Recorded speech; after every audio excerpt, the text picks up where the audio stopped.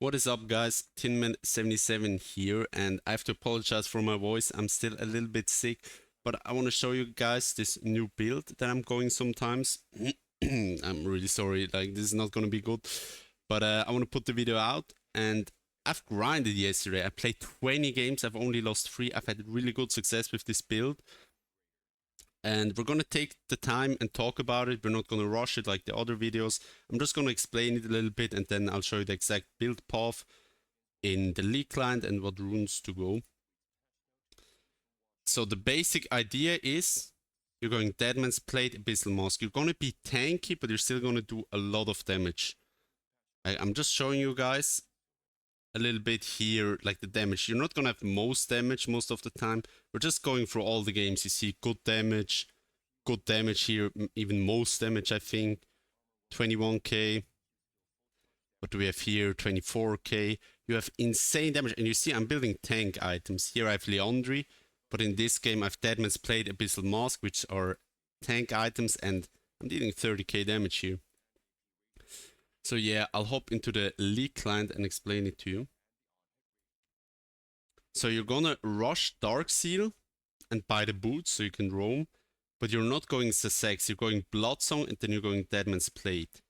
What is the benefit of this build? You're gonna deal more physical damage, you're gonna be tankier, you're gonna be a bit faster around the map, you're gonna have less AoE damage and you're gonna have less ability haste. This build doesn't really have as much ability haste as like the Rocket Belt, the Cosmic Drive one, but the single target damage is insane. Once you have Bloodsong, Deadman's Plate, this does like 125, this does like 85 again. And the good thing about this is you don't need the Meep auto attacks for this. With the AP build, the problem is you're dependent on the Q, you're dependent on the Meep auto attacks, and especially in the early game, you don't have a lot of meeps. You have 3 meeps at 30, which is at around 15 minutes. But before that, you have 2 meeps. It's a bit shitty. But yeah, you're going this. I would say if they have at least 280, you go Deadman's Plate. If they have 4 AP, then I would skip it and go Abyssal Mask first or Canic Rookrun.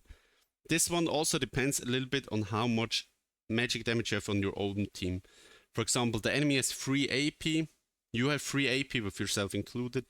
It's really good, it's really good. If you don't have that much AP damage, then Canic Rookrun might be a bit better. This is overall the better tank item, but this will also give you a lot of damage.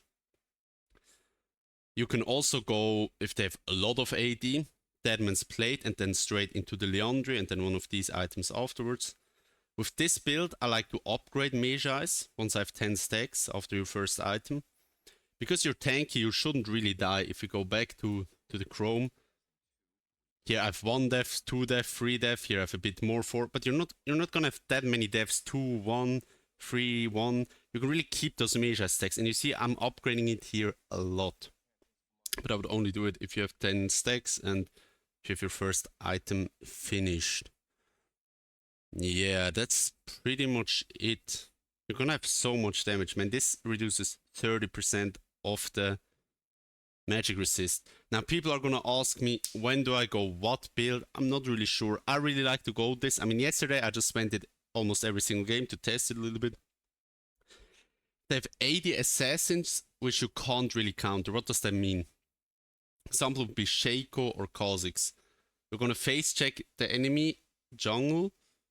You know, the Kha'Zix gonna Q auto attack you, you're dead if you go normal AP build. If you have Deadman's Plate, you're gonna survive it, you can jump out with portal and stuff. An AD assassin that you could counter, for example, is Sad.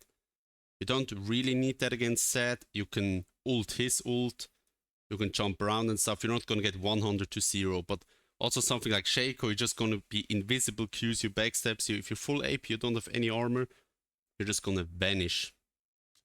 Then obviously this has a lot of value if you also have some magic resist. Also really good if you want to roam early, because you're gonna get a lot of movement speed with this and this. And then if we jump into the runes, it's basic setup. You're gonna have this, you're gonna have this.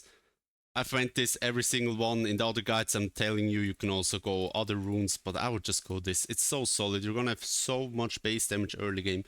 You're gonna get Scorch 20 on level 1. Cheap Shot 10 on level 1. Electrocute 50 plus some 80 and AP. It's so much base damage that you can proc with Q and auto attack. You do a Q and an auto attack, it procs Electrocute, it procs Cheap Shot, it procs Scorch. You have high base damage.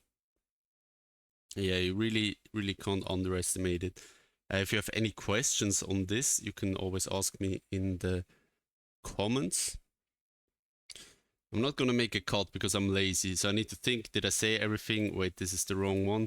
But you can really go both builds, find out which one you like, but sometimes people like to be a little bit more tanky.